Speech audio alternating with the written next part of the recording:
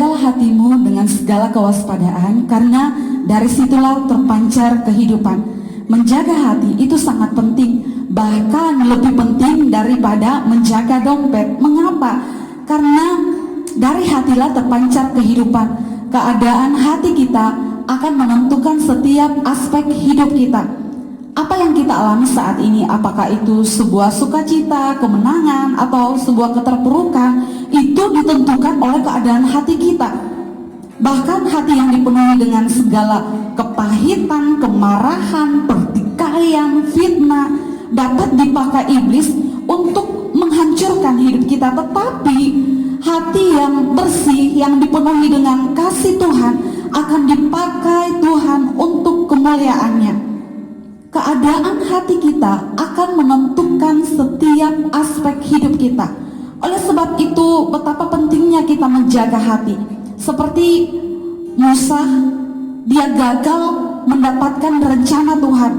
Tuhan memilih Musa untuk membawa bangsa Israel keluar dari tanah Mesir. Itu bukanlah hal yang mudah menghadapi bangsa Israel yang penuh dengan sungut-sungut. Dan satu kali ketika mereka berada di padang gurun, mereka kehausan, mereka protes kepada Musa, dan Musa datang kepada Tuhan.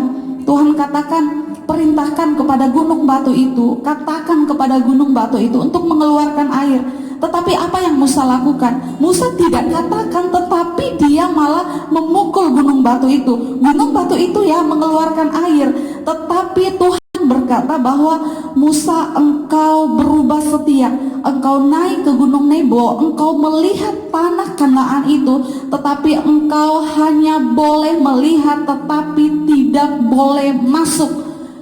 Karena keadaan hati yang tidak beres di hadapan Tuhan, itu membuat Musa gagal menerima rencana Tuhan.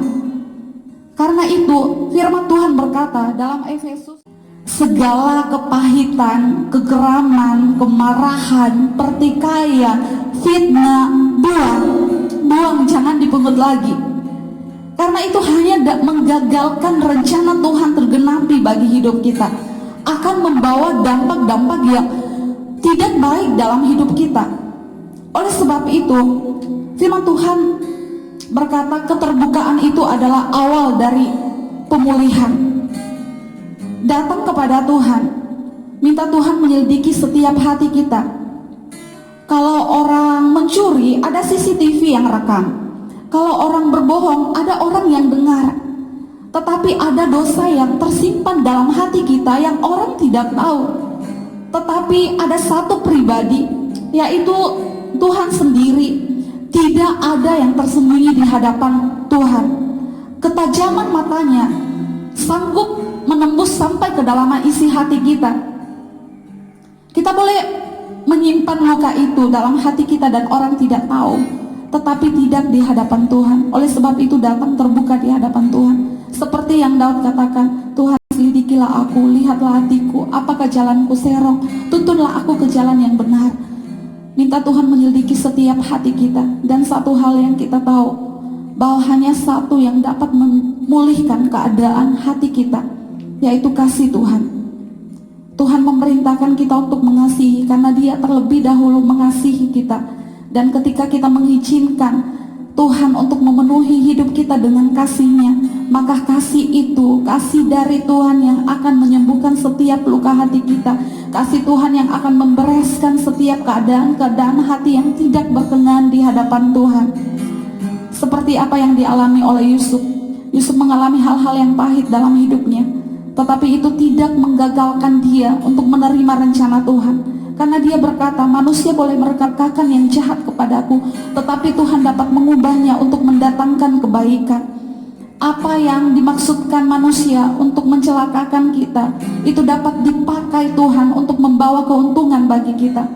Sadarilah satu hal, bahwa ada rencana baik Allah di balik rencana jahat manusia.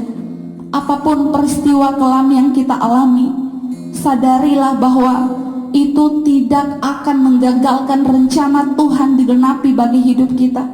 Tetapi peristiwa itu hanya mempersiapkan kita untuk menerima rencana Tuhan. Mari jaga hati setiap kita. Minta kasih Tuhan yang memenuhi. terbuka di hadapan Tuhan. Jangan berusaha untuk membereskan hatimu dengan kekuatanmu sendiri. Itu tidak akan bisa tanpa kasih Tuhan yang memenuhi setiap kita. Alamilah janji-janji Tuhan ketika hati kita telah dipulihkan. Tuhan Yesus memberkati.